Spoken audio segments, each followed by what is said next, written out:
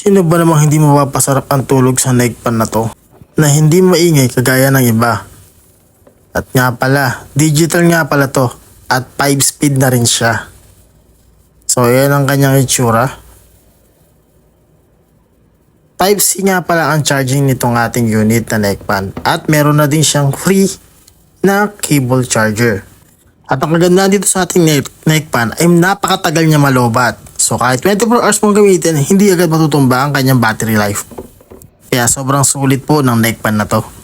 At ito ang kanyang switch. Isang pindot lang po. At lalabas na. Yan po yung kanyang number 1. Digital na po to. At lumalabas din ang battery percentage niya na digital na din. 2, 3, at 5. So yan, 5 speed po ang ating unit. At pakinggan nyo. Ayan po siya. Hindi po siya ganun kalakas.